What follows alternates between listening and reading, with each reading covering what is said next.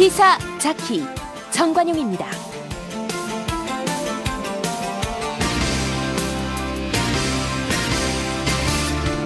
여러분 안녕하십니까, 정관용입니다. 강원랜드 채용비리 수사 내일 모레면 100일을 맞습니다.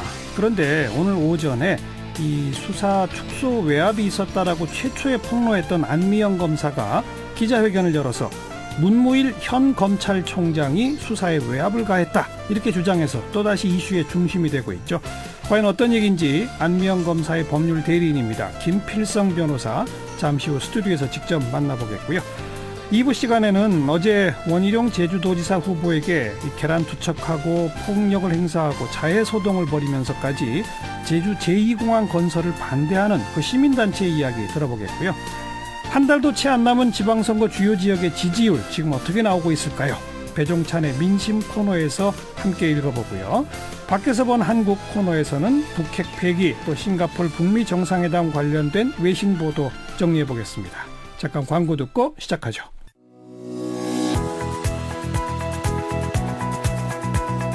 시사자키 정관용입니다는 청취자 여러분의 참여로 이루어집니다. 단문 50원, 장문 100원의 정보 이용료가 부과되는 문자 샵 1212로 보내셔도 되고요.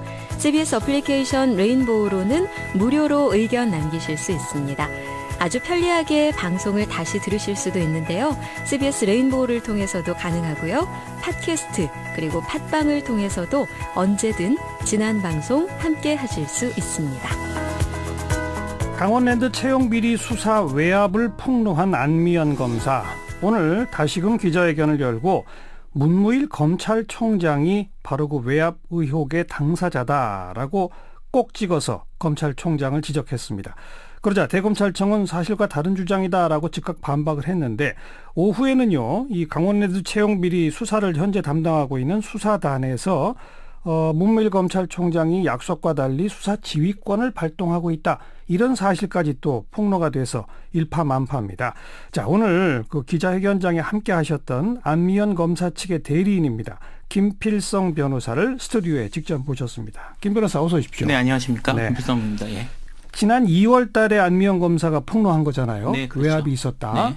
그런데 지금 오늘 기자회견에서 밝힌 외압의 실체가 작년 12월 달이에요. 네. 그죠? 네. 그럼 금년 2월에 이 외압이 있었다고 폭로하실 때 문무일 검찰총장이 이러이러한 외압을 작년 12월에 했다라고 네. 폭로하셨으면 될 걸 왜 그때는 그걸 안 했나요? 사실 안미영 검사가 현직 검사로서 직접 검찰총장에 대한 현직 검찰총장에 대해서 언급하는 것이 적절하지 않은 부분이 좀 있었습니다. 그러니까 만약에 현직 검찰총장까지 저격을 할 경우에는 사실 검찰을 완전히 믿을 수 없다라는 얘기가 될 수밖에 없는데, 안미영 검사로서는 현직 검사로서 검찰을 믿을 수 없다라는 식의 얘기를 하는 것도 좀 문제가 있었고요. 그리고 검찰이 어쨌든 제대로 수사를 하기를 바라는 입장에서 어떻게 수사가 되는지를 좀 지켜보고 나서 이제 입장을 결정하는 게 맞겠다는 생각을 당시 했던 것이죠. 네. 지금 실체는 그러니까 작년 12월에 권성동 의원을 소환하려고 했더니 네. 문무일 총장이 뭐라고 했다고요? 뭐라고 얘기를 했었냐면, 당시 문무일 검찰총장은 국회의원의 경우에는 다른 일반 사건과는 달리 조사가 없이도 충분히 기소될 수 있을 정도가 아니면 소환 조사를 못한다 라는 얘기를 하면서 당시 춘천지검장에 대해 심한 질책을 했다고 합니다. 네. 그래서 이제 그 결과 원래는 12월 8일경에 작년 12월 8일경에 그 안미영 검사가 포함되어 있는 수사팀에서 권성동 의원에 대한 소환 계획이 포함되어 있는 수사 계획을 상신했는데, 이렇게 질책을 한 다음에 어쩔 수 없이 수사팀에서 그러면 권성동 의원을 소환하지 않는 쪽으로 수사 계획을 상신을 했고, 그리고 그대로 이제 수사가 이루어진 것이죠. 그 총장의 발언, 국회의원의 경우 별도 조사 없이도 기소할 정도로 충분히 조사가 되어야만 소환할 수 있다. 네. 그건 납득이 안 되는 말입니까? 납득이 안 되는 말이죠. 사실은 조사가 없이도 충분히 기소될 수 있을 정도라면 조사 없이 그냥 기소하면 되죠. 사실은 그 말은 국회의원은 웬만하면 소환하지 말고 조사하라는 뜻입니다. 그냥 그 뜻이다. 그렇게 해석될 수밖에 없고요. 그래서 당시 검사들도 아니 다른 국회의원들이나 다른 국회의원 보좌관들 같은 경우에는 별 무리 없이 수사를 했는데 절차에 따라서 이 경우에만 이렇게 반응하는 이유가 무엇인가라고 의아하게 생각했다고 합니다. 네. 자, 그런데 금년 2월에 폭로할 때는 이모저모 사정상 문무일 총장을 적시 안 했는데, 네. 오늘 문무일 총장 이름을 거론한 이유는 뭡니까? 지금 말씀드렸던 것처럼 안 검사는 이제 강원도 수사단이 조직이 되고 그 수사단에 지금 들어가 계신 분들이 검찰 내에서는 매우 유능한 분들로 알려져 있습니다. 예, 그래서 예. 그분들이 수사하는 것에 대해 최대한 협조를 하면서 실제로 8차례 이상의 새벽까지 이어지는 조사에 협조를 했고요. 그렇게 협조를 하면서 그 결과를 지켜볼 생각이었습니다. 근데 이제 곧 100일 정도 수사 기간이 이제 100일 넘어가는데 그렇죠. 안미영 검사가 조사를 받는 과정에서 보면은 상당한 부분의 수사가 이루어진 것으로 보이는데도 불구하고 네네. 수사를 밀어붙인다거나 아니면은 누구누구로 소환한다는 내용에 대해서도 구체적으로 알려진 게 없고 신병 처리에 대해서도 계속 고민한다는 내용들만 나오는 걸 봤을 때 사실 안 검사는 관련 사건을 수사하는 과정에서 외압이 존재했다는 것을 몸으로 느꼈던 사람이거든요. 예. 그러니까 수사단의 수사 과정에서도 뭔가 장애물이 있는 게 아닌가라는 우려를 했고 그 결과 수사단이 상당히 수사를 했음에도 불구하고 결국은 어쩌지 못하고 다시 이제 끌려갈 수밖에 없는 게 아닌가라는 생각을 했던 겁니다. 그런데 수사단이 지금 양부남 수사단장 같은 경우에는 그 검사장 지위거든요. 그래서 수사단에 대해서 압력을 행사할 수 있는 사람은 결국은 청장 정도 수준밖에 안 되는 것이고, 예. 그리고 지금 말씀드렸던 것처럼 이미 그 안미영 검사가 사실은 이제 전직 검찰총장이 관여했다는 사실에 대해서는 지난번에 폭로할 때 얘기한 적이 있습니다. 그렇죠. 김수환 총장에 대해서. 예. 전현직 검찰총장이 모두 관여되어 있다는 사실을 알고 있었기 때문에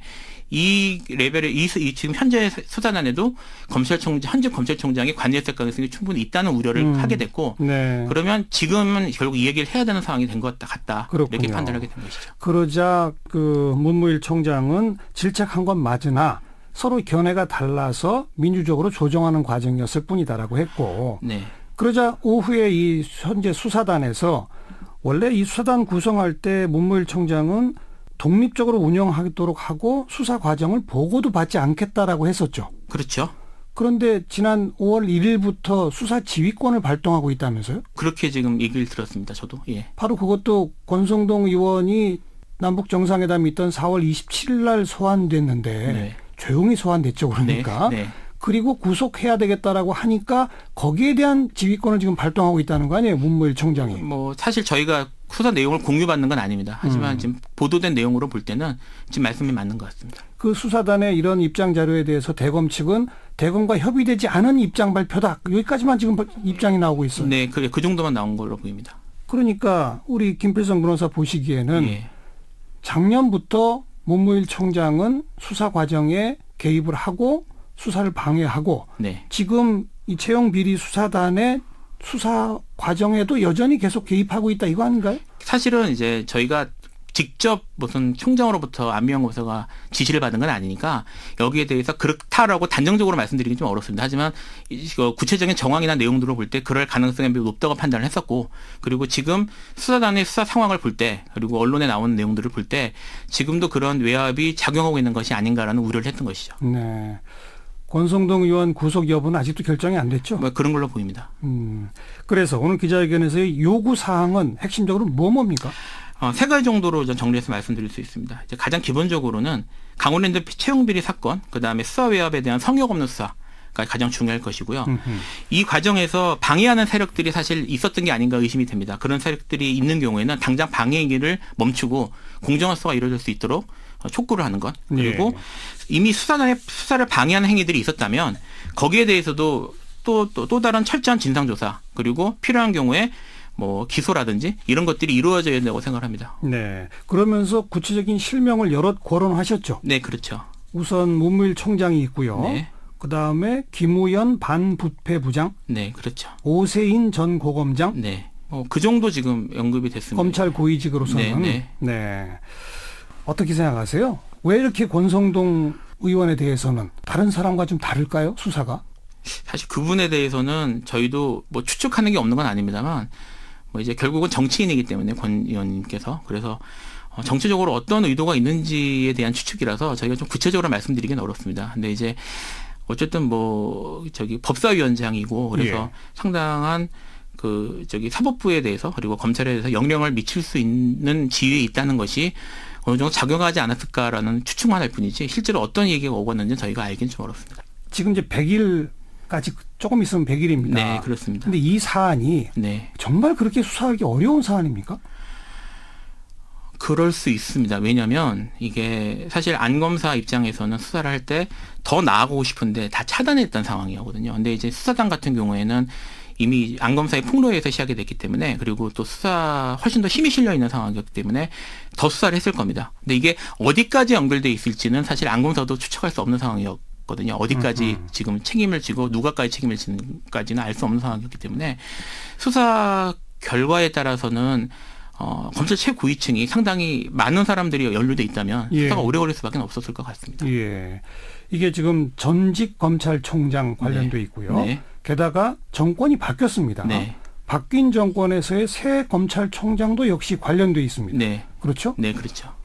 현직 검찰총장까지 이렇게 관련돼 있는데 검찰이 이걸 깔끔히 수사해낼 수 있을까요? 거기에 대해서는 사실 말씀하신 것처럼 저희가 우려하는 부분도 있습니다. 근데 일단은 그 안미영 검사 입장에서는 그 수사단을 현재 검찰 입장에서는 최선을 다해서 수사단을 구성한 걸로 저희가 생각을 하고 있기 때문에 일단 수사단의 수사 결과를 지켜보는 것이 순서라는 생각을 했습니다. 그래서 여전히 그 생각에 대해서는 뭐 큰 변함은 없고, 일단 수사단이 또 오늘 한 걸 봐서는 검찰총장의 그런 지시나 이런 것들에 대해서도 자유롭게 좀 해보고 싶다는 의사를 또 보인 것들로 해석할 수도 있는 거라서. 그 지휘권 발동을 폭로한 걸로 봐서. 네. 그래서 일단 좀 더 지켜보고 저희가 또 만약에 밝힐 게 있으면 말씀드리는 게 순서일 것 같습니다. 일단은 현재 상태에서는 수사단의 수사 결과를 지켜보겠다. 예. 그리고 사실 뭐 다른 방법을 수사를 한다면 뭐 결국 특별검사나 이런 거에 문제가 될 텐데, 그런 문제는 상당히 정치적으로 판단할 문제여서 지금 그 부분에 대해서 안미영 검사가 현재 검사로서 입장을 밝히는 건 적절하지 않을 것 같습니다. 그런데 수사단의 수사 결과를 지켜보는데 수사 결과가 미진하게 나오면 안미영 검사가 더 뭐 할 게 있죠? 예, 그거는 사실 좀 더 사실 오늘 이 자리도 저희가 여러 논의를 하면서 고민을 하다가 자리를 마련한 겁니다. 그래서 이후에 어떻게 더 진행할지는 또 다시 한번 얘기를 해봐야 될 것 같습니다. 즉, 다시 말씀드리면 아직 공개하진 않았지만 수사 외압과 관련된 팩트를 더 갖고는 계신 거네요. 뭐 그렇게 볼 수도 있겠죠. 예, 그건 좀 사실 구체로 말씀드리겠죠. 현재로서는 좀 어렵고요. 이제 바로 그런 걸 수사단에 가서 진술은 다 하셨을 거 아닙니까? 이건 다 했습니다. 저희가 그렇죠? 수사에 최대한 협조했습니다. 그렇게 진술된 사안들이 수사단에서 지금 제대로 조치가 치러지지 않고 있다, 이거 아니겠습니까? 그러니까 거기에 대해서 수사는 아마 열심히 한 걸로 알고 있습니다. 그렇게 느꼈는데. 근데 최종 조치가 없는 거죠? 네, 상황이 그런 것이죠. 알겠습니다. 여기까지 말씀 듣고 저희도 똑같이 눈 부릅뜨고 지켜보겠습니다. 예, 감사합니다. 안미영 검사 측의 김필성 변호사였습니다.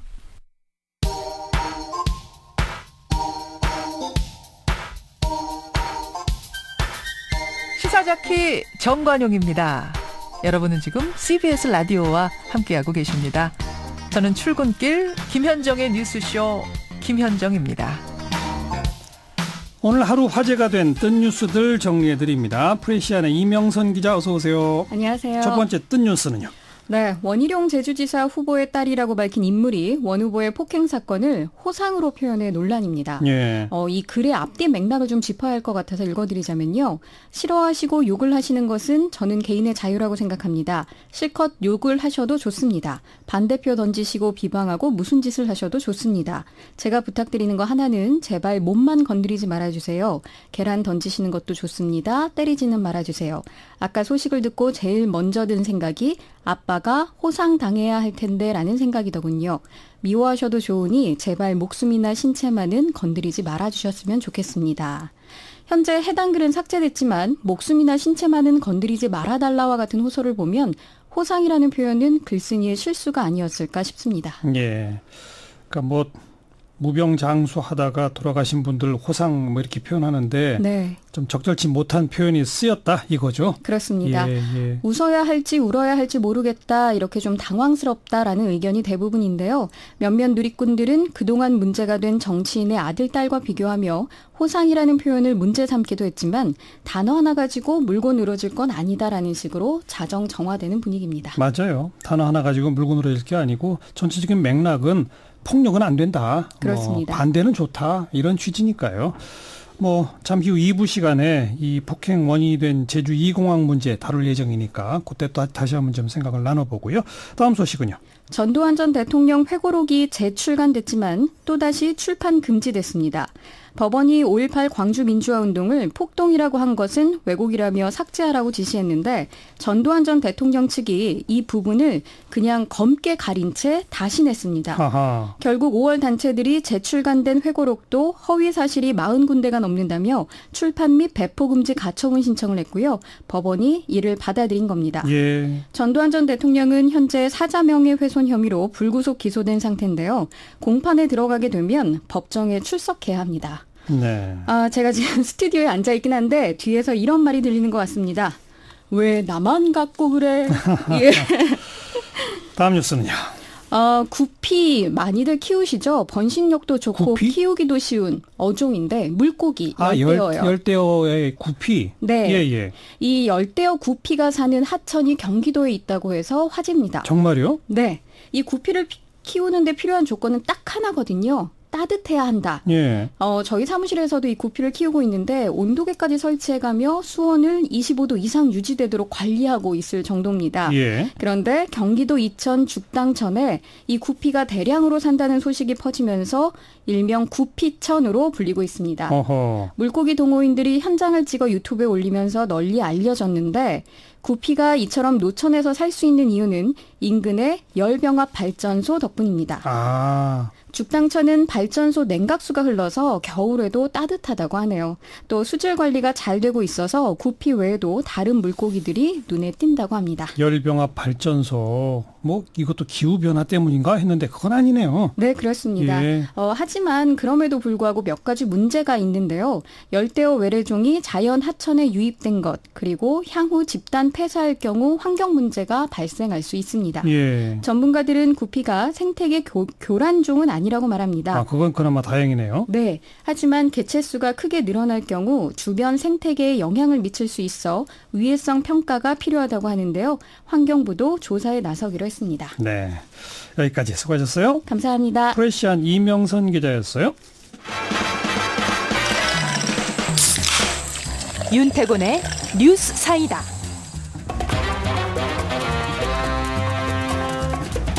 윤태곤 실장 어서 오십시오. 네, 안녕하세요. 네. 18일 날 이제 특검법을 처리하기로 합의가 됐죠. 네. 근데 그 구체적인 내용을 좀 뜯어봅시다. 예. 변협이 빨리 움직이고 있어요. 오늘 특검 후보자 추천 작업에 돌입했습니다. 추천위원회 구성하고 전국 지회별로 추천을 받는다고 합니다. 예. 이제 이렇게 됩니다. 특검 후보자 추천위원회는 변협 임원, 지방변협 회장, 검찰 출신 변호사 등 7, 8명으로 구성이 되고 여기에서 이제 접수를 받는 거예요. 예. 각 지방변호사협의회 등에서 접수를 받아서 이 추천위가 4명을 추립니다. 그렇죠. 그래서 이제 국회에 전달을 하죠. 예. 4명을 전달하면 야당이 그중에 2명을 고르고. 맞습니다. 그다음에 대통령이 둘 중에서 1명을 임명하고. 네. 네. 이름부터가 이제 힘겨루기가 진행이 됐었죠. 그러니까 야당은 김경수, 대선 이런 단어 넣자. 여당은 반대였었죠. 그렇죠. 결국 이게 낙찰된 것이 드루킹의 인터넷상 불법 댓글 조작 사건과 관련된 진상규명을 위한 특별검사의 임명 등에 관한 법률안. 그러니까 이거는 여당 쪽 입장이 반영된 거네요. 김경수, 대선 이런 거 빠졌잖아요. 예. 근데 이제 포괄성은 강해졌죠. 무슨 말이냐면은 애초에 이건 받아들이기가 어려웠는데 여당 주장은 평창 동계올림픽 기사 문 대통령 취임 이후 댓글 조작 요거가 아니냐 그랬는데 야당에는 그건 좀 너무나 말도 안 되는 소리였던 거죠. 그건 정말 말이 안 되죠. 예, 근데 그 수사 범위도 이 특검 법안에 다 정하게 돼 있잖아요. 맞습니다. 특검은 정해진 것만 수사를 합니다. 자, 이번 특검의 수사 범위는 드루킹 및 드루킹과 연관된 단체 회원 등이 저지른 불법 여론 조작 행위, 경공모 등 제일 지금 드러나고 있는 거죠. 그렇죠. 그다음이 드루킹 사건의 수사 과정에서 범죄 혐의자로 밝혀진 관련자들에 의한 불법 행위, 아하. 드루킹의 불법 자금과 관련된 행위, 드루킹 사건 의혹과 관련된 수사 과정에서 인지된 사건 수사 이렇게 됩니다. 이건 뭐든지 할 수 있다는 거네요. 맞습니다. 뭔가 잡히기만 하면 말하자면은 그러니까 대선이나 김경수 의원 관련된 것도 이제 김경수 후보죠. 이게 걸리면은 수사할 수 있다는 거죠. 예. 거기에 이제 많은 부분이 포함되는 것이고 그래서 한국당 김성태 원내대표가 누구도 성역이 아니다.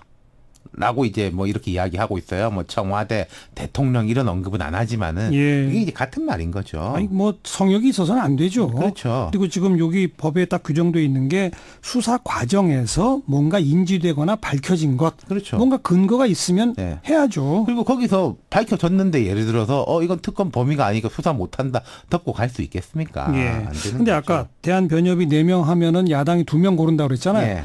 야당이 지금 분열돼 있는데 2명은 어떻게 고를까요? 이게 과거에 그 박근혜 최순실 특검 할 때랑 비슷하게 될 거예요. 그때도 형식이 이런 식이었는데 자 이번에 이제 대한변협이 4명 추천하면 야3당 교섭단체 협의로 2명을 대통령에게 추천을 하는데 3단계죠. 변협이 4명 추천, 야당이 그중에서 2명 추천, 대통령의 낙점이지 않습니까? 예, 예. 변협이 4명을 추천하면 아마 그중에서 자유한국당이 1명 고르고 바른미래당하고 민주평화당이 협의를 통해서 1명 고르게 될 겁니다. 이 협의가 잘 될지 안 될지는 모르겠지만요. 예. 그러면은 아무래도 문 대통령 입장에서는 한국당 쪽보다는 그래도 바른미래당하고 그 평화정의 이쪽이 고른 사람을 선택할 가능성이 높죠. 매우 높아 보이는 거죠. 그렇죠, 그렇죠. 지난번에 그랬던 게 그 박근혜 최순실 게이트 특검 당시에도 이게 뒤에 다 밝혀졌어요. 처음에는 이제 뭐 다들 입을 닫고 있었는데 예. 민주당은 조승식 변호사 이분이 이제 조폭, 마약 아주 강골이었거든요. 그리고 국민의당이 박영수 변호사 이분이 이제 특수수사에 일가견이 있는 분이었어요. 그랬죠. 이렇게 추천했는데 그 당시에 청와대가 장고의 장고를 거듭하다가 박영수 특검으로 했는데 박영수 특검은 일 잘했다는 평가 받고 있지 않습니까? 예. 지금도 이제 그렇게 될 가능성이 높고 이제부터 관심사는 그럼 과연 특검이 구체적 개인 누가 되느냐. 그리고 자유한국당도 이런 계산을 할 거예요. 뭐 우리가 너무 가까운 사람 하고 싶겠죠. 근데 그러면은 대통령이 안 뽑으면 아무 소용이 없는 거 아니겠습니까? 그렇죠. 그러니까 그 가능성이 높고 그리고 뭐 우리 쪽하고는 또 이게 뭔가 호흡이 맞을 수 있고 이런 사람들을 복잡하게 계산하게 되겠죠, 야당들은. 그래서 뒷소식이지만 아까 그 박근혜 최순실 게이트 특검 할 때 민주당 쪽에서요. 우리가 추천한 사람은 아마 박근혜 대통령이 임명 안 할 테니까 국민의당 추천 쪽으로 센 사람을 밀자. 네, 뭐 그런 이야기들도 있었죠. 박지원 의원이 나중에 내가 추천해가지고 됐다. 네. 뭐 이런 이제 뒷이야기도 있고 그러지 않았습니까? 이번에도 그 똑같은 과정이 한 번쯤 되풀이되지 않을까. 네. 그런 생각이 드는군요. 여기까지 수고하셨습니다. 감사합니다. 윤태곤 실장이었어요. 시사잡기 1부 마치겠습니다. 잠깐 뉴스 들으시고요. 7시 5분 2부에 다시 옵니다.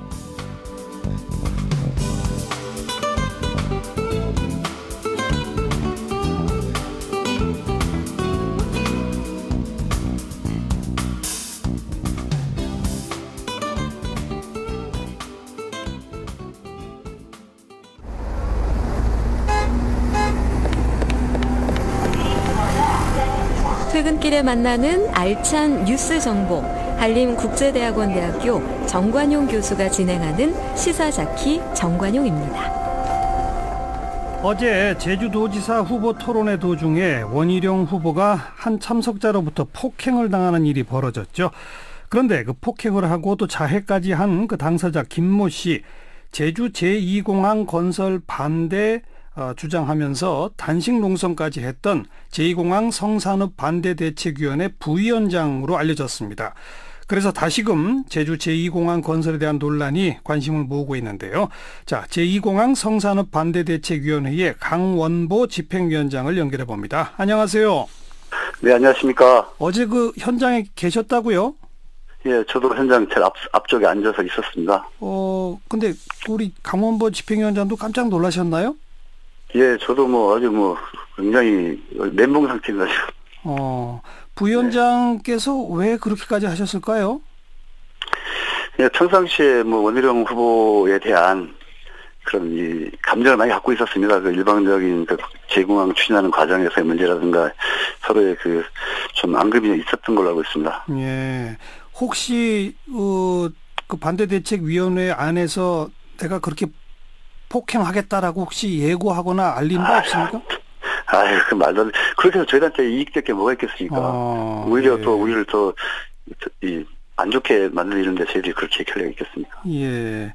지금 네네. 그 반대 대책위 차원에서도 원희룡 후보 측에는 유감 표명을 하신 상태죠? 예, 보도자를 통해서 여간 표명을 했습니다. 네. 혹시 직접 연락을 해보거나 하진 못하셨나요? 네, 아직은 그럴 단계가 아니라고 생각해서 지금 아직 못하고 있습니다. 근데 그 김모 부위원장께서 과거에 원희룡 후보랑 좀 악연이 있었다고요? 어떤 일입니까? 네. 그 원 후보가 지사 시절에 우리 그 김 부위원장이 42일간의 죽음을 무릅쓴 단식을 하고 있는 그 농선 천막에서 있었습니다. 네. 그때 그 17일 만인가 와가지고 한 번도 안 오다가 여론에 밀려서 와가지고 이제 그때 아침에 아무도 없을 때 와가지고 이제 방문을 하니까 김 부위원장이 왜 도민들의 목소리를 이제 국토에 전달하지 않느냐 이런 항의를 하니까 세게 하니까 좀 목소리를 세게 하니까 아직도 힘이 많이 남아도는 모양이네 하면서 이렇게 비아냥거렸다. 아하. 그게 굉장히 그 제주 사회에서 문제가 됐던 적이 있거든요. 그런 부분도 그렇고 이 공항이 들어오면 삶의 턴을 뺏기는 입장이기 때문에 그 공항을 추진하는 주체인 이제 원희룡 지사를 굉장히 안 좋게 생각하고 있던 것은 사실입니다. 네. 원희룡 지사 측은 건강을 먼저 챙기라는 취지였지 비아냥거린 건 아니다라고 해명했습니다만 분명히 현장에서는 비아냥으로 받아들였다 이 말인가요? 온도 차는 있겠지만 원래는 평상시 정상적인 시간에 와야 되는데도 불구하고 아침에 아무도 없을 때 살짝 왔다. 그런 부분도 좀 그렇고요. 어쨌든 그거는 동영상이 지금 많이 나와 돌고 있는 거 알고 있는데 그걸 보면서 판단하시면 될 거라고 생각합니다. 네. 자, 제주에 지금 제2공항이 필요 없다 이런 입장이신가요? 예, 저도 그렇습니다. 그리고 제2공항을 새로 만드는 것보다 현 공항을 확정한다거나 다른 대안으로 하는 게 맞다라는 게 저희들의 의견입니다. 혹시 필요하더라도 성산읍은 안 된다 이 말씀이고? 그것은 이제 어떻게 잘못 말하면 민변화로 비춰지기 때문에 그 상산읍으로 오게 된 그 과정들을 비춰봤을 때 너무 잘못된 부지선정이고 이 과정들이 워낙 그 비민주적이기 때문에 저희들이 저항을 하는 것이죠. 성산읍의 그 주민들의 의견 수렴 같은 게 없이 그냥 결정이 된 겁니까? 네, 처음에 저희들도 깜짝 놀랐습니다. 이거 어떻게 이 지역에 공항에 들어올 수 있는가 해가지고 저희들도 발표를 보고 놀랐는데요. 나중에 왜 이렇게 주민 동의도 안 받고 했느냐 이렇게 물어보니까 원희룡 지사께서 그 당시에 원희룡 지사께서 부동산 때문에 부동산 투기가 우려돼서 주민하고 상의를 못했다. 그 점을 양해해달라 이렇게 얘기를 하더라고요. 미리 예고하거나 이렇게 하면 부동산 투기가 우려됐기 때문에 의견 수렴을 못했다. 네. 근데 그런 목소리가 들릴 것처럼 제2공항이 성산 쪽으로 가게 되면 그 일대 땅값이 올라서 지역 주민들한테 좋아지는 거 아닌가요? 그렇게 생각하시는 주민들은 별로 안 계십니까? 아니 땅값이 올라가지고 좋아하는 분도 있겠지만 궁극적으로 땅값이 오르면은 투기 세력에 있는 사람들 좋아하는 거지 삶의 터전을 갖고 있는 사람들은 여기서 평생 살아야 되는데 세금만 더 많이 내는 거 아닌가요? 어차피 공항에 오기 전에도 제주도 땅값은 올라가는 추세였고요. 그런 부분이 있습니다. 제주도 관광객이 지금 계속 늘어나고 있고 현재 공항은 포화 상태라고 그러고 인근에 공항이 들어서게 되면 관광객을 더 많이 유치하게 되고 지역 경제에 활성화될 것이다. 이런 의견은 어떻게 생각하세요? 그것도 이제 그게 지금 가장 맹점인데요. 지금 관광객이 많이 온다고 해서 도민이 행복해지는 게 아니라고 생각합니다. 아하. 지금 현재 관광객이 많이 오면은 지금 현재 제주도의 관광 구조로서는 이제 도민이 행복해지는 게 아니고 이런 대자본, 특히 투기 자본, 투기 세력들, 그리고 대형 관광업체 이런 쪽이 돈을 버는 거지. 오히려 도민은 더 소득이 절감한다는 그런 연구 결과도 나와 있는 게 있습니다. 제주도 관광객이 늘어나면 도민은 오히려 수익이 줄어든다? 아하. 뭔가 이 관광의 구조 자체를 좀 바꿔야 되는 거 아닙니까? 도민들의 소득 증대와 연결될 수 있도록. 그렇습니다. 그게 가장 큰 문제죠. 그런데 지금은 모든 관광 인프라 등등이 대자본, 투기자본 위주로 되어 있다. 이렇게 보시는 거로군요. 거의 그렇게 되고 있다고 보시면 됩니다. 아무튼 지금 이제 지방선거 얼마 안 남았고 현재 후보들마다 이 제2공항에 대해서는 입장이 다 조금씩 다르더라고요. 어떻게 돼야 한다고 보십니까?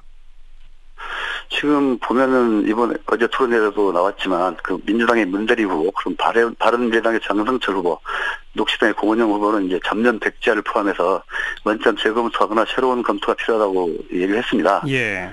근데 그리고 무조건 강행을 지향했던 우리 무소속의 원희룡 후보마저도 현재 국토부에서 계획하고 있는 사전 찬성 제조사의 결과를 보면서 방안을 찾겠다는 입장으로 선회를 했어요.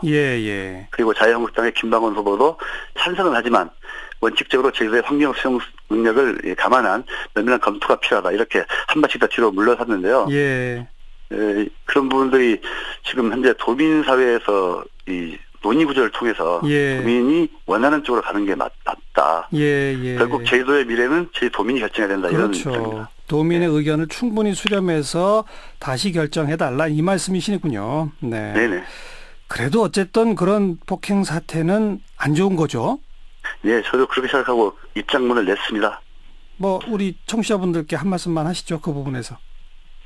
예, 뭐 저희들이 주장이 어쨌든 그 주장을 폭력적인 방법으로 이렇게 해결하려는 생각은 정말 안 되는 것이고요.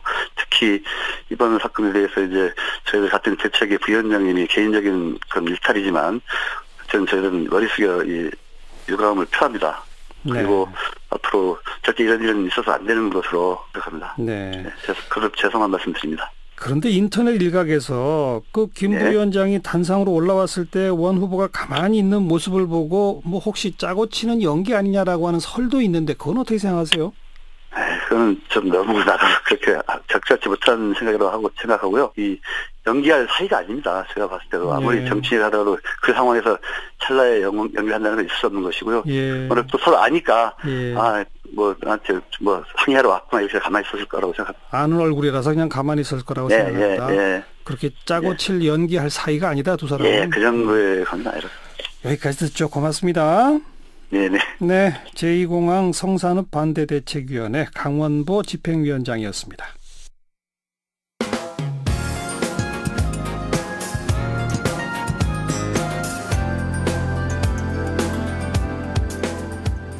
친절하고 재미있는 시사풀이 CBS 라디오 시사자키 정관용입니다. 지방선거 앞두고 여론조사 전문가와 함께 민심을 살펴보는 코너죠. 배종찬의 민심. 오늘은 주요 지역 판세 분석해봅니다. 리서치앤리서치의 배종찬 본부장 어서 오십시오. 안녕하십니까. 네. 자, 판세 분석 들어가기 전에 오늘 스승의 날인데요. 스승의 날 없애자는 국민청원 이게 화제가 됐었잖아요.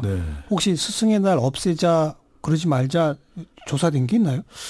이게 뭐 직접적으로 조사된 건 없는데 상당히 여론은 부정적으로 나타난 그런 결과들을 볼 수가 있는데요. 이 그만큼 좀 부담이 되는 것 같습니다. 촌지 때문에 또 이 스승을 바라보는 시각이 상당히 또 우리가 또 흔들렸던 때도 있었지 않습니까? 그런 만큼 이 학생들을 대상으로 또 이제 교사를 대상으로 함께 이 웹사이트 포털 등에서 조사를 했는데 포털에서 한 거니까 정밀한 의미의 여론조사는 아니고. 그러니까 뭐 이런 정도 여론이 있다는 정도로 봐주시면 좋을 것 같은데요. 이 공식적으로 스승의 날 행사를 진행하느냐라고 이 학생 2,575명에게 물어봤더니 이 스승의 날을 이 진행하지 않는다는 응답이 절반이 넘었습니다. 53.6%. 행사를 진행하는 것 자체가 이 김영란법이라고 그러죠. 이 법에 위반되는 이 우려 때문에 하지 않는데 상당히 좀 안타깝기도 하고요. 그런 만큼 이 선생님들의 이 조사 결과의 내용도 상당히 좀 의미가 있는데 학생들로부터 받고 싶은 건 선물이 아니다. 마음을 받고 싶다. 그렇죠. 네, 그래서 정관용 앵커께서도 인생의 스승이 계실 거 아닙니까? 물론이죠. 마음속에 떠올려보고 생각해보고 연락도 드려보고 뭐 그런 날로 하면 되는 거죠. 뭐. 제가 반짝 퀴즈를 하나 드리겠습니다. 이 그러니까 선생님이시죠. 선생님들께서 학생들로부터 가장 듣고 싶은 말 어떤 말이었을까요? 감사합니다. 존경합니다. 정답입니다. 존경합니다.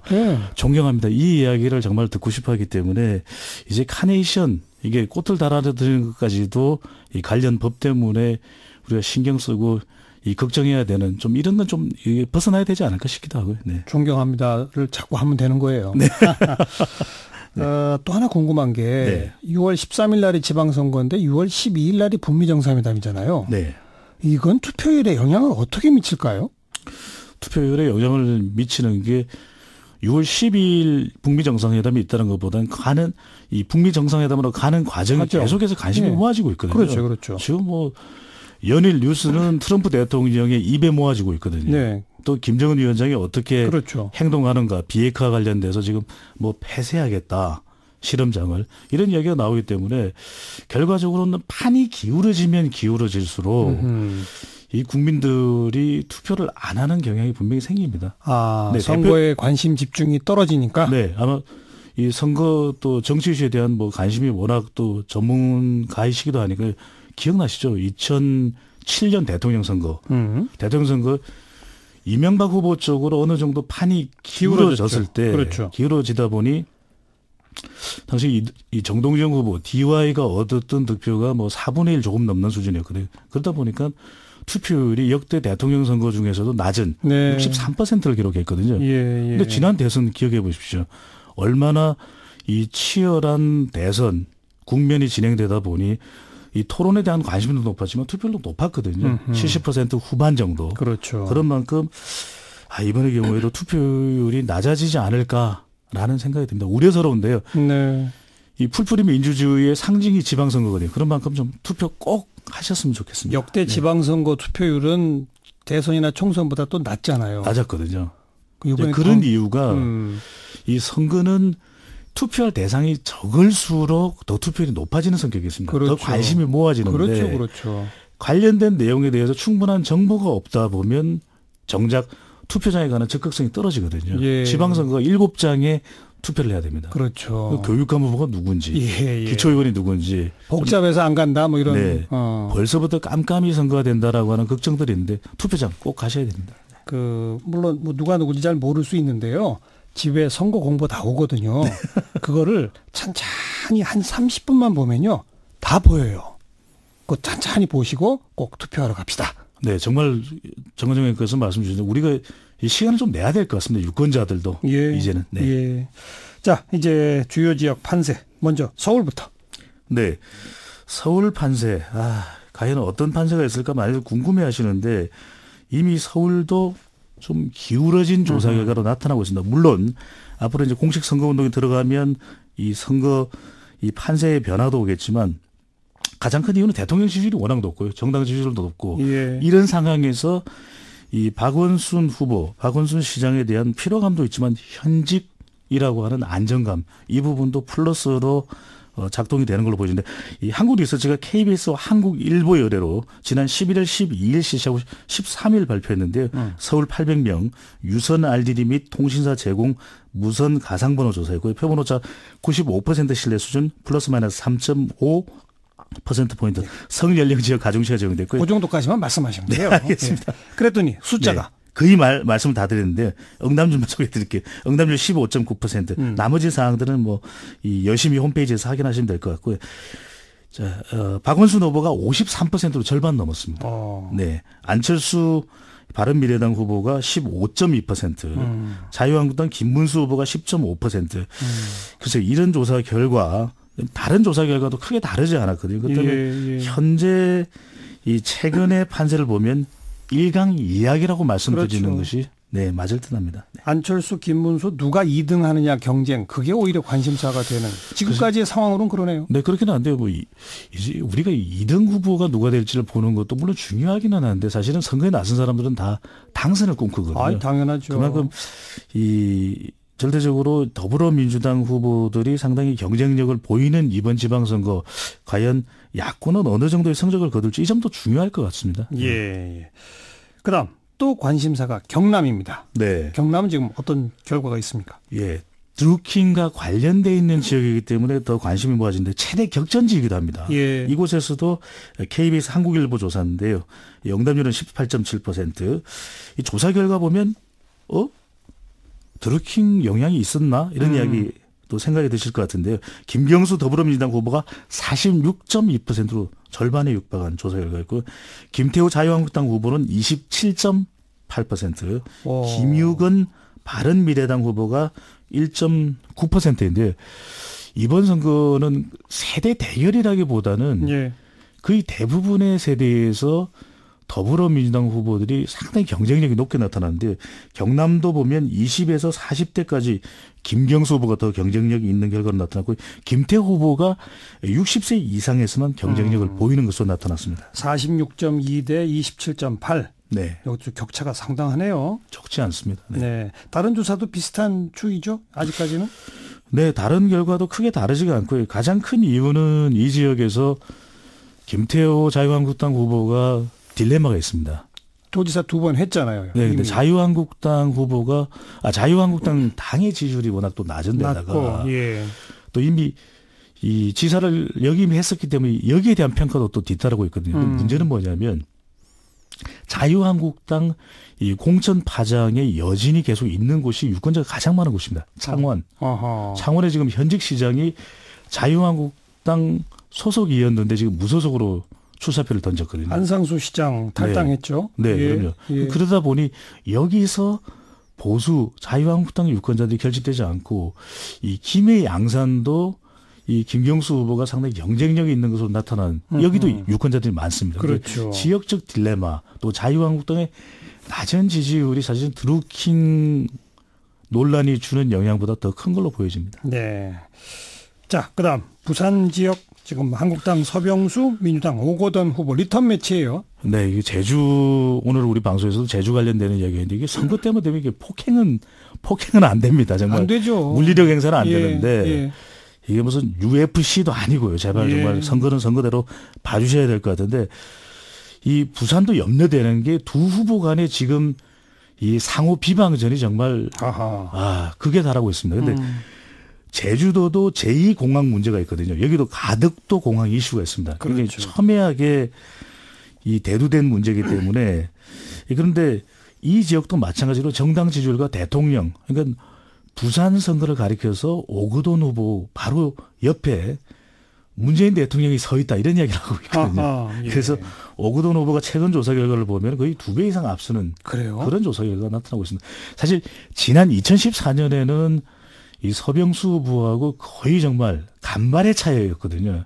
그런데 지금 리턴 매치를 하는 4년 후에 2018년 지방선거의 모습은 오거돈 후보의 옆에 우뚝 서 있는 문재인 대통령의 높은 지지율로 설명될 수 있을 것 같습니다. 그러면 부산, 경남 이러면 보통 부울경 이렇게 부르잖아요. 네. 울산도 뭐 민주당 쪽이 더 앞서는 그런 상황입니까? 울산이 지금까지 보면 울산은 광역단체장을 보수 아닌 후보가 한 적이 없었거든요. 그런데 지금 여론조사 결과를 보면 이 더불어민주당의 송철호 후보가 오히려 앞서는 조사 결과가 나오고 있어요. 그래서 그런데 부동층은 좀 꽤 있는 편이고 또 김기현 시장 자유한국당 후보죠. 동생 관련되는 논란으로 지금 좀 치명타를 받은 모습인데 또 울산 지역이 노동 문제가 상당히 또 경제가 중요한 문제인데 과거에는 또 이 보수 후보들이 보수 정당이 경제를 잘한다고 이야기를 했었거든요. 그런데 한 번도 자리를 내주지 않았던 자유한국당이 이번에 울산도 위협받고 있는 그런 판세로 나타나고 있는데 그래서 사실은 뭐 샤이 보수가 있다 어쩐다 저쩐다 하니까 이게 여론조사 전문가도 정말 울산 지역은 분석하기가 너무 힘듭니다. 그래서 정말 울산 분석하다가 여론 분석 전문가 울상이 된다. 죄송합니다. 네. 아무튼 뭐 관심사인 크게 안 웃어주시네요. 네. 부울경에서 더불어민주당이 현재까지는 조사 결과로서는 상당히 앞서는 것으로 나온다.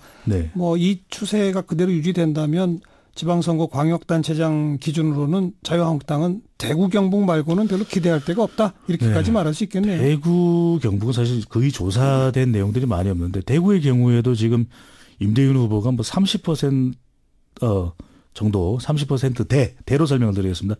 대 정도의 지지율을 보인다는 조사 결과도 소개된 바가 있거든요. 그런데 그런 이유는 심지어는 TK 지역마저도 더불어민주당의 지지율이 높다는 겁니다. 그 지지율만큼을 후보들이 가져가는 것이니까요. 네. 그만큼 지금 이 자유한국당 또 야권 후보들이 이 현장에서 선거운동하기가 쉽지 않은 그런 2018년 지방선거 모습입니다. 중원이라고 불리는 충청권은 어떻습니까? 그렇습니다. 이 충청권 표심이 또 상당히 중요하거든요. 지금 지방선거도 중요하지만 앞으로 이제 총선 또 대선으로 갈 때 이 캐스팅 보트 역할을 많이 하는 것이 말 그대로 이 충청권 민심이고 마치 우리도 뭐 정관용 앵커님이 우리 방송이 뭐 사실 우리 대한민국의 가장 또 핵심이 되는 방송 아니겠습니까? 별 말씀을요. 네, 지금 뜬금없이 말씀드렸는데.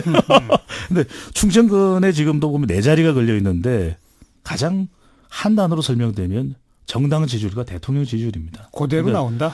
상당히 인지도가 높은 후보들이 출사표를 던져놓은 상태거든요. 이인재 후보도 있고 충남. 그리고 대전은 박성효 전 시장이 자유한국당 후보이기도 하고요. 이 충북도 보면은 이 박경국 자유한국당 후보도 있는데 바른미래당의 또 신용환 후보랑 또 표심이 나누어지는 것도 야권의 고심입니다. 양강 구도가 만들어지고 있지 않다라는 것도 가장 큰 고민거리로 보여집니다. 그러니까 충청권 충남, 충북, 대전 어디 할 것 없이 네, 세종도 그렇죠. 세종까지를 세종도 포함해서. 이춘희 시장이 재선 도전인데 예. 지금 야권에서는 쫓아가기 좀 바쁜 모습 현재로서는 네. 그렇습니다. 네. 한마디로 정당 지지도에서 거의 5대2의 숫자가 계속 1년 이상 유지되고 있지 않습니까? 네. 그것을 그대로 반영하고 있다 이렇게 봐야 되겠네요. 반영되고 있습니다. 전국적으로. 이 선거의 기초 체력이 일단은 당 지지율이 받쳐줘야 그렇죠, 되거든요. 그렇죠. 예. 그걸 능가할 만큼 딱 주목되는 그런 야권 후보도 아직은 없다. 그런 거 아니겠습니까? 그렇습니다. 그러니까 이 지방선거를 이번 지방선거의 이 특징은 네. 너무 한결같이 이 방향으로 흘러가기 때문에 분석을 좀 더 재미있게 드리고 싶은데 안타까운데 문재인 대통령이 높은 지지율 그리고 정상회담 예. 쌍끌이를 하고 있는 모습입니다. 네. 다음 주에 또 한번 봅시다. 어떻게 좀 변화가 있을지 말이죠. 네네. 수고하셨습니다. 감사합니다. 리서치는 리서치의 배종찬 본부장이었습니다.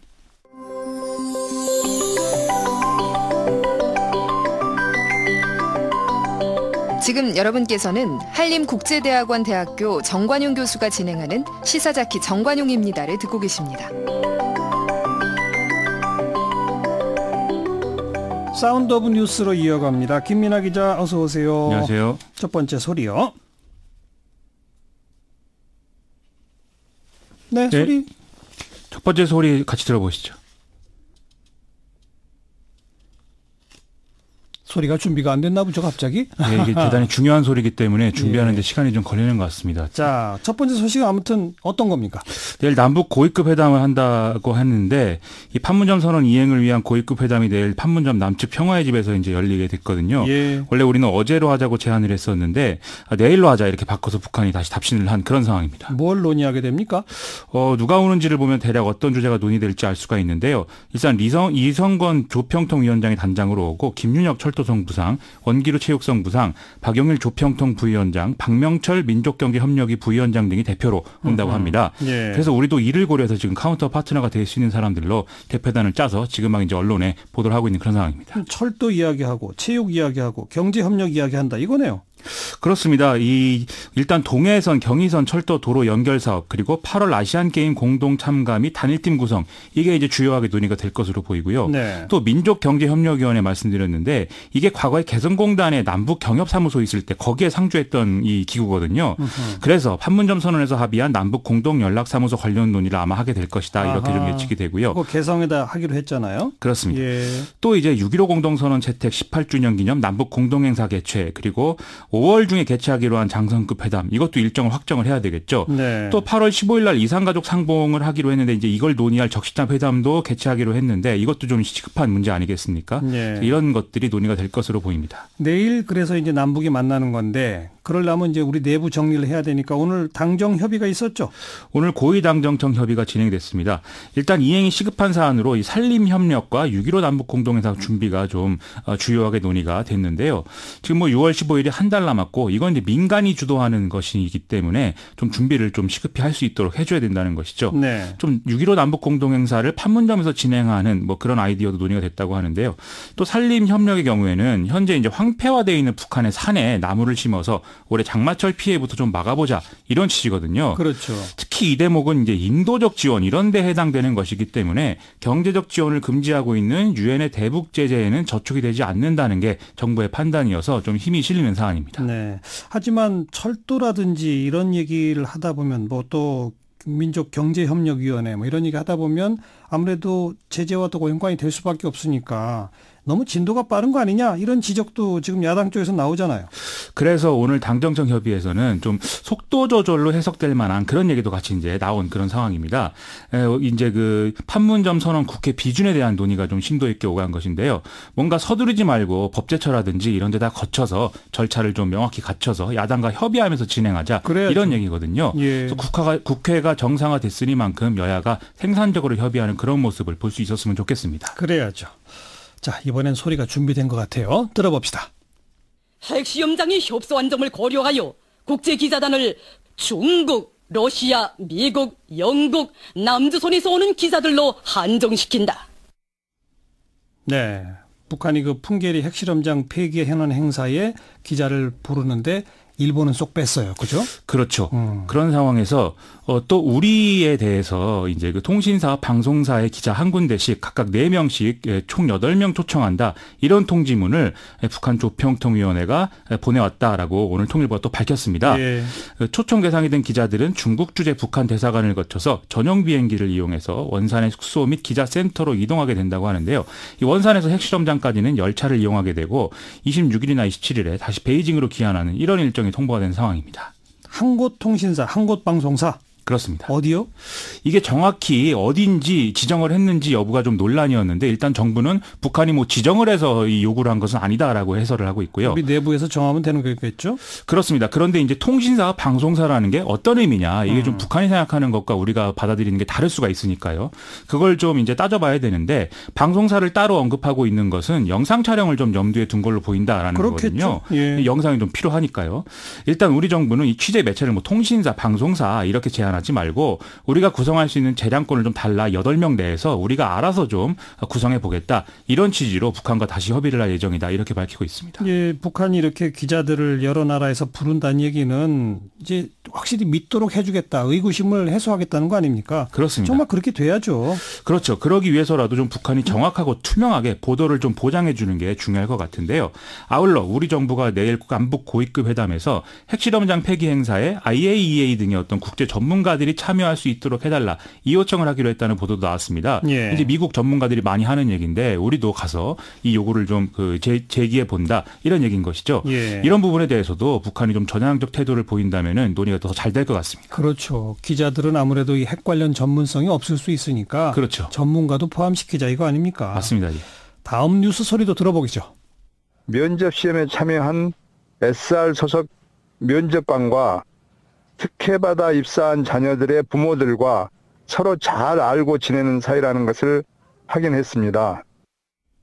SR 수서발 고속철도죠? 그렇습니다. 주승용 의원이 지적하는 목소리네요. 그렇죠. 지난해 국정감사에서 이제 당시에 국민의당 소속이던 주승용 의원이 이 수서 고속철도 운영사인 SR의 부정 채용 의혹을 제기하는 그런 목소리였습니다. 예. 이후에 국토교통부가 특별 점검을 진행을 했고요. 그에 이어서 경찰 수사까지 진행이 된 그런 사안인데요. 예. 오늘 경찰이 업무방해 혐의로 SR의 영업본부장 김모 씨와 인사팀장 박모 씨를 구속하고 또 소속 임직원 11명을 불구속 입건했다. 이렇게 밝혔습니다. 어떤 채용 비리였습니까? 경찰 발표를 보면은요, 이 김모 씨 등은 지난 2015년 7월부터 다음해 9월까지 9차례에 걸쳐서 뭐 점수나 순위를 조작하는 이런 방식으로 신입 14명, 경력 10명 등 총 직원 24명을 부정 채용한 것으로 드러났는데요. 예. 이렇게 채용된 사람들은 대부분 코레일과 SR 등의 철도 관련 기관 임직원들의 자녀인 것으로 드러났습니다. 아하. 또 일부 사례에서는 노조위원장이 이 부정 채용에 관여하기도 한 그런 것들도 드러났고요. 심지어 이 유력한 임직원의 단골 식당 주인이 청탁을 해서 뭐 특혜를 주도록 한 그런 사례도 있다고 하니까 참 웃어야 될지 울어야 될지 모르는 그런 얘기들이 나오고 있는 거죠. 어떤 수법을 쓴 거예요? 서류 전형의 경우에는 원래는 이제 공정성을 위해서 외부 위탁기관에게 평가를 하도록 그렇게 정해진 상황이었거든요. 그런데 그렇게 해서 이제 온 결과들을 다 무시하고 이 임직원이 임의로 점수를 고쳐서 이제 그 수정을 한다든지 아예 이 외부 평가를 무력화시키고 내부 평가로 전환하는 이런 사례들이 있었다는 것입니다. 또 이제 서류 전형에서 내정자 4명을 통과시키기 위해서 상위 득점자 105명을 모조리 불합격 처리한 이런 경우도 있었다고 하는데요. 아하. 이 면접의 경우에는 아예 자기 친인척을 대상으로 한 면접에 관련 임직원이 심사위원장으로 직접 참여하는 이런 참 기상천외한 일도 있었다고 합니다. 이게 원하는 대로 채용이 되지 않았을 경우에는 임사팀장을 따로 불러서 질책하기도 했다고 하니까 이게 얼마나 뿌리 깊은 구조적 문제였는지가 여기서 드러나고 있는 거죠. 네. 그래서 어떻게 하겠다는 거예요, 지금 이제? SR은 오늘 사과문을 발표하고 정부 방침에 따라서 앞으로 기소되는 직원과 부정 합격자는 즉시 퇴출하겠다 이렇게 밝혔고요. 또 기소가 되지 않은 사람이라 하더라도 어떤 채용과 관련해서 비리나 이런 데 관계가 있는 것으로 되는 경우에는 징계할 것이다 이렇게 밝히고 있습니다. 또 채용비리 피해자에 대해서는 정부가 최근 발표한 바 있는 채용비리 피해자 구제 세부 가이드라인에 따라서 조처하겠다 이렇게 밝혔습니다. 다른 공기업도 지금 이제 그런 방식으로 하고 있잖아요. 그렇습니다. SR도 똑같이 하겠다는 얘기인 거죠. 그렇습니다. 어디 공기업들은 안 썩은 데가 없는 것 같아요. 상당히 심각한 문제이기 때문에 이번에야말로 좀 뿌리를 뽑는 그런 기회로 삼았으면 좋겠습니다. 다음 뉴스는 이스라엘이 이제 그 미국 대사관 예루살렘 이전을 반대하는 팔레스타인 시민들을 무력 진압하는데 실탄까지 동원했다. 이런 소식입니다. 뭐 사망자가 엄청나더라고요. 그렇죠. 60명에 가까운 사람들이 목숨을 잃고 부상자는 뭐 2,000명 넘게 발생한 상황인데요. 뭐 거의 전쟁이죠, 이게. 그렇죠. 이 부상자 중에 총탄을 맞은 사람이 1,370명 가량이라고 하니까 아이고. 그야말로 무차별적으로 실탄을 이제 쏜 것이죠. 시위대는 이스라엘군 추정 한 4만 명 이상 정도로 이루어져 있다고 하는데 이게 이제 그 돌이나 좀 원시적인 형태 폭발물 이런 건 일부 던졌고 타이어를 이용해서 연기를 피워서 총탄을 피하려는 이런 이제 움직임을 보인 것이거든요. 그런 상황에서 이스라엘과 이제 분리 장벽을 넘어서 자기들이 원래 영토라고 주장하는 곳으로 넘어가려고 한 것인데 여기에 대해서 이스라엘군이 저격수까지 동원해서 사격을 한 결과라는 겁니다. 이스라엘을 향한 비난 여론 확산되게 할 수 있죠? 마무드 아바스 팔레스타인 자치정부 수반은 이스라엘이 대학살을 저질렀다면서 사흘간의 애도 기간을 선포하고 총파업을 지금 공언한 상황입니다. 또 이집트, 요르단, 시리아, 사우디아라비아 등의 중동 지역 국가들도 이스라엘의 무력 대응을 강하게 비난하고 있는 상태고요. 안토니오 구테레스 유엔 사무총장은 이스라엘의 무력 사용 최소화를 촉구하면서 팔레스타인 지도자들에게도 폭력 행위 중단을 당부하고 있는 상황입니다. 하지만 팔레스타인 사람들은 곧 다시 대규모 시위에 나설 계획이기 때문에 추가 유혈 사태가 우려되는 상황인데요. 그럼에도 이스라엘은 자신들은 국경을 보호한 것뿐이다라면서 이 폭력 행위를 정당화하고 있는 이런 상황입니다. 이건 미국의 책임 역시 지적하지 않을 수 없잖아요. 그렇죠. 중동 국가들은 물론 터키의 영국, 프랑스 등 유럽 국가들까지 미국의 대사관 예루살렘 이전 결정을 비판하고 있는 그런 상황인데요. 미국 내에서도 자신들이 어떤 중동에서 갈등을 중재하는 소방수 역할을 해야 하는데 오히려 불을 지른 셈이 됐다. 이런 비판 여론이 확산되고 있다는 소식입니다. 그럼에도 미국은 그냥 그대로 간다는 거죠? 이스라엘은 스스로를 보호할 권리를 갖고 있다. 이건 팔레스타인의 무장정파 하마스가 책임져야 된다라고 백악관이 이제 공식적으로 언급을 했고요. 또 유엔 안보리가 이번 사태에 대해서 성명을 추진하려고 했지만 미국이 반대해서 무산됐다. 이런 보도도 나오고 있습니다. 결국 트럼프 대통령의 재선 전략과 관계된 문제이기 때문에 사태 수습은 당분간 기대하기 어렵다라는 우려도 나오고 있습니다.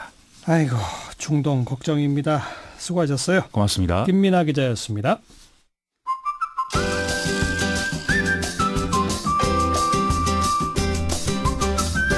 지금 여러분께서는 한림국제대학원 대학교 정관용 교수가 진행하는 CBS 라디오 시사자키 정관용입니다를 듣고 계십니다. 외신에 보도된 우리 모습 살펴보는 밖에서 본 한국 국제문제평론가 인문결연구소의 임상훈 소장, 어서 오세요. 네, 안녕하십니까. 아무래도 북미 회담 이야기 좀 해야죠. 네, 역사적인 북미 회담 싱가포르로 결정이 됐지 않습니까? 좀 뭐 개인적으로는 판문점이 됐으면 하는 바람이 있었는데 우리 국민들은 다 그랬죠. 그랬죠. 예. 예. 근데 뭐 여러 가지 차원에서 싱가포르가 적절했던 것으로 보입니다. 뭐 우리뿐 아니라 국제사회에서도 이 시점에서 그럼 왜 싱가포르일까 관심을 많이 보였는데요. 대표적인 두 경우만 한번 살펴보면은 우선 미국의 LA 타임스가 11일자 보도에서 이 문제를 짚어봤습니다. 예. 제목이 A High Point for Singapore 이렇게 나와 있는데, 그러니까 싱가포르가 높은 점수를 받은 이유 정도 할 수 있겠죠. 예. 몽골, 스웨덴, 남한 등 많은 후보가 있었지만 작고 질서정연한 싱가포르를 택했다 이렇게 보도를 했습니다. 작고 질서정연하다 이렇게 네. 꼭 찍었군요. 네. 예. 한마디로 이제 실용적이다 이 말이죠. 예. 국내 그러니까 우리나라 한 전문가의 말을 인용을 해서 싱가포르는 트럼프나 김정은에게 홈 경기 이점이라든가 극적인 사진 연출의 기회를 주지 않는다. 이렇게 전했고요. 중립지대라는 얘기고. 예. 그렇습니다. 그래서 그러니까 말하자면 이벤트성 행사가 아닌 실질적인 행사를 원했다 이런 해석인 셈인데요. 이 신문에 따르면은 싱가포르는 북한이 2016년까지만 해도 무비자로 입국이 가능했던 것이고, 물론 현재 이제 북한 대사관도 있고요. 뭐 미국은 또 말할 것도 없고. 그래서 이 신문은 회담의 중요성이 높다는 점에서 실체적 부분에 집중하고 그 시선을 분산시킬 수 있는 요소들을 줄이는데 초점을 맞춘 곳이 싱가포르였다 이렇게 보고 있습니다. LA 타임스가 보기에 판문점은 실체적이기보다는 좀 너무 그 극적 요소가 강하다 이런 거군요. 그렇죠. 이제 많은 전문가들이 분석을 했습니다만은 우리나라 이 판문점 같은 경우에 뭐 트럼프 대통령 강하게 원했다고 이제 보도되지 않았습니까? 그렇죠. 근데 이제 회담의 결과보다 특히 이제 우리나라 국민들의 경우는 기대하는 게 너무 크고, 그래서 어떤 의미에서는 이 그 회담 내용 기대할 만한 회담 내용보다 더 궁극적이고 최종적인 것까지 이제 우리 국민들의 시선이 가 있기 때문에, 그러니까 말하자면은 한반도의 완전한 평화 제체, 그러니까 뭐 통일까지 그러니까 우리가 눈높이가 가 있지 않습니까? 그렇죠. 그렇기 때문에 이제 북미 간의 판문점 선언 만약에 도출이 된다면 하더라도 이게 부담이 될 수 있다는 것이죠. 예. 그리고 또 하나가 이제 스포트라이트가 이제 문재인 대통령 쪽으로 집중되는 것도 역시 트럼프 대통령의 참모들 입장에서는 한반도 쪽으로 결정하기 어려웠을 거라는 겁니다. 그러니까 이 신문은 시드니 로위 연구소의 국제안보 프로그램 국장인데 유안 그레이엄 씨의 말을 인용을 해서 북한이나 미국 모두 한국의 영향력 아래서 스스로 드러내고 싶은 마음이 없었을 것이다. 이렇게 분석을 했습니다. 네. 그리고 이제 중국 입장에서도 물론 그 베이징에서 북미 정상회담을 하길 바랬겠죠. 그래서 그게 어렵다면은 싱가포르도 나쁘진 않다 이렇게 생각을 했을 것이다. 그러니까 예. 중국의 지지도 얻을 수 있었을 것이다. 이렇게 이 신문을 해석하고 있습니다. 중국 쪽 언론은 뭐라고 보도합니까? 환구망에서 이제 보도한 걸 하나 전해드리면요. 10일자 보도했는데 일단 판문점이 배제된 것은 미국이 시작 전부터 북한에게 그 양보했다는 느낌을 주기 싫었을 거라는 겁니다. 물론 많은 분석가들이 말을 하듯이 싱가포르는 이미 현대적인 기반 시설, 그다음에 경험도 많고 이런 이제 장소라는 건 물론 당연히 지적을 했고요. 예. 그래서 환구망은 총 5가지 정도의 이유를 꼽고 있는데요. 정치적 요소, 기술적인 측면, 외교적인 요인, 현실적 여건, 그다음에 싱가포르의 야망 이런 것들이 복합적으로 작용했을 것이다. 이렇게 보고 있습니다. 미국 언론이나 중국 언론이나 톤이 비슷하네요. 네. 네. 다만 이제 중국 입장에서 좀 나쁘지 않을 것이다. 이런 게 중국 입장에서는 없었겠죠. 네. 홍콩 명보, 홍콩 언론입니다. 하나 또 전해드리면 트럼프 대통령과 김정은 위원장 외에 또 다른 정상이 합류할 가능성 여기에 대해서 이제 기자들이 물었는데요. 이게 중요하죠. 네. 예. 일단 그 홍콩 명보 12일자 보도에서도 뭐 아까 말씀드린 그 비슷한 이야기도 있습니다. 그 중립적인 외교 무대가 이제 싱가포르가 적절하다 이런 안정성 낙점 이유로 꼽았는데 그 빅토리아 코츠, 그러니까 백악관 국가안보회의의 전략평가 담당 선임국장인데 이분이 이제 기자들한테 한 말을 전했는데요. 싱가포르 북미 정상회담에 문재인 대통령 그리고 혹은 시진핑 국가주석 등 다른 정상이 합류할 가능성이 있느냐라는 질문에 가능성은 있다. 이렇게 얘기를 했다고 하는데요. 예. 하지만 우리는 아직 이에 대해서 아는 바 없다. 이렇게 말을 했다고 전했습니다. 그래도 어쨌든 미국의 관리가 가능성이 있다고 말한 거 의미심장하네요. 그렇죠. 예. 그래서 이제 북한이 싱가포르 카드를 받은 것도 또 전 세계 회담 개최에 대해서 진정성을 보여주는 것이기도 하다. 이런 평가도 있었습니다. 네. 자, 또 다른 내용 뭘 정리해 볼까요? 그 북미회담이 성공적으로 끝나고 나면은 이제 우리 남북 관계의 발전을 또 생각을 해볼 수 있지 않겠습니까? 예, 내일 또 남북 고위급 회담도 열리고. 네, 이게 우리로서는 이제 정말 기다려지는 그런 건데, 북한도 이제 경제 우선 정책 하겠다. 김정은 위원장도 얘기를 했고, 그 다음에 지난 일요일이었죠. 그 폼페이오 미국 국무장관이 북한이 핵을 완전히 포기하면은 미국의 민간 자본도 북한에 들어갈 수 있을 것이다. 이렇게 말을 했는데. 그렇죠. 그러면은 이제 우리가 생각할 수 있는 거 그거 아니겠습니까? 북한의 경제 어디까지 갈 수 있을까? 이것과 관련해서 미국의 블룸버그 통신이 12일 보도한 내용이 눈에 띄는데 김정은 위원장도 베트남식 개혁에 관심을 기울인다, 관심이 많다 이런 사실 알려져 있지 않습니까? 예. 이 신문은 김정은 위원장이 조금만 통제를 풀면은 북한이 제2의 베트남이 되는 것은 그리 어렵지 않을 것이다. 아하. 이렇게 전망했습니다. 중국식 개혁 개방 이런 얘기들이 있었는데 베트남식이다. 네. 그리고 제2의 베트남 되는 것도 그리 어렵지 않다. 네. 이 신문에 따르면 그런데요. 그런데 이유를 좀 얘기해 드리면 예. 현재 북한 상황이 그러니까 베트남이 이제 86년이었죠. 그 도이모이 개혁을 이제 처음 발표했을 때 그러니까 자본주의로 향하던 그 당시의 상황하고 놀라울 정도로 비슷하다는 겁니다. 아하. 더구나 이제 현재의 북한은 그 당시에 베트남보다 더 산업화되어 있기 때문에 오히려 더 유리할 수 있다는 거고요. 예. 현재 베트남의 경제 수준이 북한의 6배 정도라고 하는데 베트남 경제에 지금 삼성전자 같은 그 외국 투자가 기여한 바가 굉장히 크다고 하는데 특히 그 이 신문에 따르면 삼성의 투자가 베트남에 진출한 외국 기업들의 투자 가운데서 가장 크답니다. 전체 베트남 수출의 그 25%를 삼성전자가 담당한다고 하는데 네. 근데 만약에 이제 남북 간의 경제 협력이 본격화되면은 외국 진출하고 있는 한국 기업들이 당연히 아마도 이제 북한으로 이동할 것이 아니겠느냐. 예. 그래서 이제 이 신문에 따르면은 현재의 북한 수준에서는 해외 투자 유입을 허용을 해서 그 비율이 GDP의 20%만 된다면은 북한 경제가 5% 성장할 거다. 이렇게 예상을 하고 있습니다. 근데 그렇게 되기 위해서는 다른 나라도 뭐 갈 것도 없고 한국의 투자만으로도 그 목표는 충분히 할 수 있다는 거죠. 그러니까 지금 한국이 베트남에 투자하고 있는 그걸 보더라도 네. 과거 그 베트남 시절과 비슷한 정치 체제와 경제 상황인 북한에 한국만 투자해도 된다. 그렇죠. 그런 얘기군요. 그래서 이제 삼성이 수년간에 베트남에 투자한 게 이 신문에 따르면 170억 달러가 넘는다고 하는데 지금 북한의 GDP가 310억 달러. 그러면은 그거 310억 달러의 20%는 이제 60억 달러가 되니까 예. 삼성으로서도 북한 투자가 그리 힘든 그런 투자는 아니라는 거죠. 예. 그래서 이제 북한이 마음먹기에 따라서는 이 경제 성장의 수직곡선 그릴 수 있는 거 어려운 일이 아니라는 겁니다. 네. 그리고 이제 북한뿐만 아니라 이제 한국 입장에서도 아주 희망적인 게 있다면은 이 신문에 따르면은 남북한 인구 합치면 이제 8천만 정도 아니겠습니까? 예. 근데 남북이 이 정도 인구라면은 자체적으로 생산과 소비가 가능한 소위 말해서 그 파워하우스, 그러니까는 경제 강국이 된다는 거죠. 네. 특히 한반도 전쟁 가능성이 줄어들 경우에 흔히 우리 경제 약점으로 지적되는 게 바로 그 코리아 디스카운트 아닙니까? 지정학적 위험 요인. 네, 이게 이제 해소된다는 거죠. 이게 그렇죠. 굉장히 크다는 거죠. 예. 예를 들어서 이제 주식시장에서 우리 기업들의 주가가 낮게 평가되는 중요한 요인, 이게 이 중에 하나인 그 전쟁 위험이 없어지기 때문에 예. 현재의 경제 규모로도 그 가치가 갑자기 상승할 수 있다는 거죠. 그러니까 한국 기업 주가가 바로 오를 것이다 이거 네. 아닙니까? 그렇죠. 예. 이 신문에 따르면요, 이게 한국 기업이 실제 가치에 비해서 지금 30%나 저평가되고 있다고 하거든요.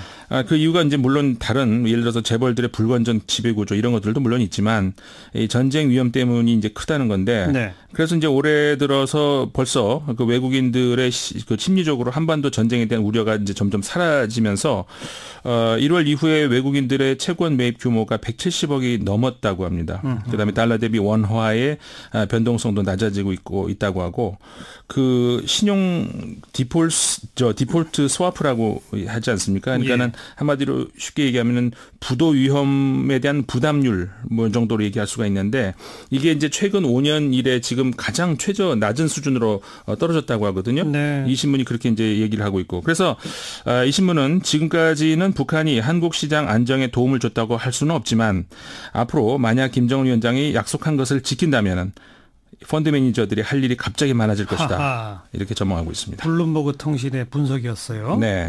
또 어떤 게 있어요? 영국의 파이낸셜 타임스가 여긴 또 한술 더 떴습니다. 네. 뭐냐면은 좀 제 경제 얘기를 하다 보니까는 숫자가 많이 나와서 좀 복잡해질 수 있는데 좀 천천히 말씀을 드리겠습니다. 예. 한국이 이제 잠재적으로 통일이 되는 경우를 한번 이제 생각을 해보는 우리 입장에서는 굉장히 좀 행복한 상상 아닙니까? 네. 이 10일자 보도에서 분석을 하고 있는데 유리선 SLJ 자산관리사의 그 스테판 젠 그다음에 조아나 프레르가 이제 1989년도 독일의 그 재건 사례 그때 통일됐을 때 말이죠. 예. 그걸 바탕으로 해가지고 한반도 통일 비용을 검토하는 그런 연구 논문을 들고 있습니다. 예. 이 관련 자료가요. 아마 지금 이 우리나라 통일 관련 문제에서 가장 최근 발표된 자료가 아닌가 싶은데 5월 9일 발표된 자료라고 합니다. 우선 유리존 SLJ는 그 89년 서독에서 동독으로의 이전에 있어서 현재 유로화로 따져봤을 때 서독의 현재 GDP의 62% 그러니까는 유럽연합 명목 GDP의 약 8%에 해당하는 1조 7천억 유로의 비용이 발생했다 이렇게 추정을 하고 있습니다. 그런데 현재 남북한의 인구는 당시 독일의 인구보다 적고 그다음에 서독과 동독의 인구가 그 당시는 4대 1이었는데 지금 남북한의 인구 비율이 2대 1이라는 거죠. 그렇죠. 남한이 이제 5천만 좀 넘고 북한이 2,600만 되니까. 예. 그렇다면은 다른 모든 조건이 동일하다는 전제 하에서 남쪽에서 북쪽으로의 인구 유입에 대한 수요가 이제 통일에 더 힘을 실어줄 수 있다는 거죠. 예. 한마디로 말해서 독일보다 유리하다는 겁니다. 예. 이제 반면에 그 산업 인프라 차원에서 보자면은 이제 과거 그러니까 동독의 경우보다 지금 북한의 경우가 훨씬 심각하다는 그거는 이제 인정을 해야 된다는 거죠. 그래서 이 부분에 있어서는 더 많은 투자가 독일보다 필요하다 이렇게 보고 있습니다. 그러니까 간단히 말하면 인구 비율 면에서는 우리가 더 유리한데 네. 인프라 건설 차원에서는 독일이 조금 더 이 통독이 좀 더 많이 있었다. 그렇죠. 예. 그래서 이제 이 격차를 줄이기 위해서 그 현재 남한의 1인당 국민 소득이 지금 27,300달러 정도 되는데 여기에 반해서 이제 북한의 경우가 지금 648달러에 불과한다고 지금 추정치지만 그렇게 된다고 하거든요. 근데 이거를 국내 총 생산으로 이제 환산을 하면은 북한의 경제 규모가 163억 달러가 된다고 하는데 이게 참 저도 눈을 의심했는데 제프 베조스 있지 않습니까? 아마존 CEO. 예. 이 사람의 순 자산의 12%밖에 안 된다고 합니다. 북한 전체가. 예. 그래서 이 신문에 따르면은 북한 경제가 남한 경제하고 그래도 좀 어깨를 나란히 하려면은 이 수치가 그러니까 12%가 43%까지는 가야 된다. 그러니까는 이게 40억 달러가 돼야 된다는 거건데요. 근데 이렇게 되려면 그럼 어떻게 되느냐? 자금이 필요할 거 아닙니까? 그렇죠. 간단하게 말을 해서 미국, 중국, 일본, 한국이 비용을 균등하게 분담을 한다고 가정을 할 때 이 네 나라가 각각 10년 동안에 한 5천억 달러를 분담하는 것 이렇게 계산할 수 있다는 겁니다. 그래서 이제 현재의 미국, 중국, 일본, 한국 이 네 나라의 국내 총 생산의 각각 미국의 2.4%, 중국의 3.5%, 일본의 9.7%, 그다음에 한국의 29.5%에 해당한다는 겁니다. 그래서 향후 이 10년 동안에 이 네 나라 총 생산의 그러니까 또 각각 이제 미국, 중국, 일본, 한국 순입니다. 1.7%, 1.6%, 7.3%, 그다음에 4%를 의미한다는 거죠. 예, 그러니까 그 정도 4% 정도, 많아야 7% 정도 감당할 수 있다는 얘기죠. 그렇죠. 이 보고서에 따르면은 이 네 나라, 미국, 중국, 일본, 한국은 이 정도는 감당할 수 있다는 겁니다. 네. 뭐 물론 이 비용 외에 이제 통일 비용을 따질 때는 생각해야 될 게 굉장히 많지 않습니까? 뭐 이제 그 중에는 예를 들어서 이제 이 신문이 말하기를 북한 어린이들의 이제 영양 실조 상태 지금 심각한 수준이기 때문에 그렇죠. 이렇게 되면은 제대로 공부를 하겠습니까? 그러니까는 학습 감퇴로 당연히 이어질 것이고 뭐 이런 모든 것들 다 합쳤을 때 이 경제 비용을 생각해야 되는데 뭐 그렇게 거기까지 다 꼼꼼히 계산한 건 아닌 거죠. 그렇죠. 아무튼. 말씀하셨습니다만 영국의 파이낸셜 타임즈는 좀 너무 많이 앞서간 것 같고 네. 앞에 그 미국 블룸버그 통신이 이 북한의 베트남식 모델 이건 상당히 좀 눈여겨볼 만한 그런 기사인 것 같네요. 네네. 수고하셨습니다. 네, 감사합니다. 인문결연구소 임상훈 소장이었어요. 시사자키 오늘 순서 마치겠습니다. 내일 저녁 6시 30분에 다시 뵙죠. 안녕히 계세요.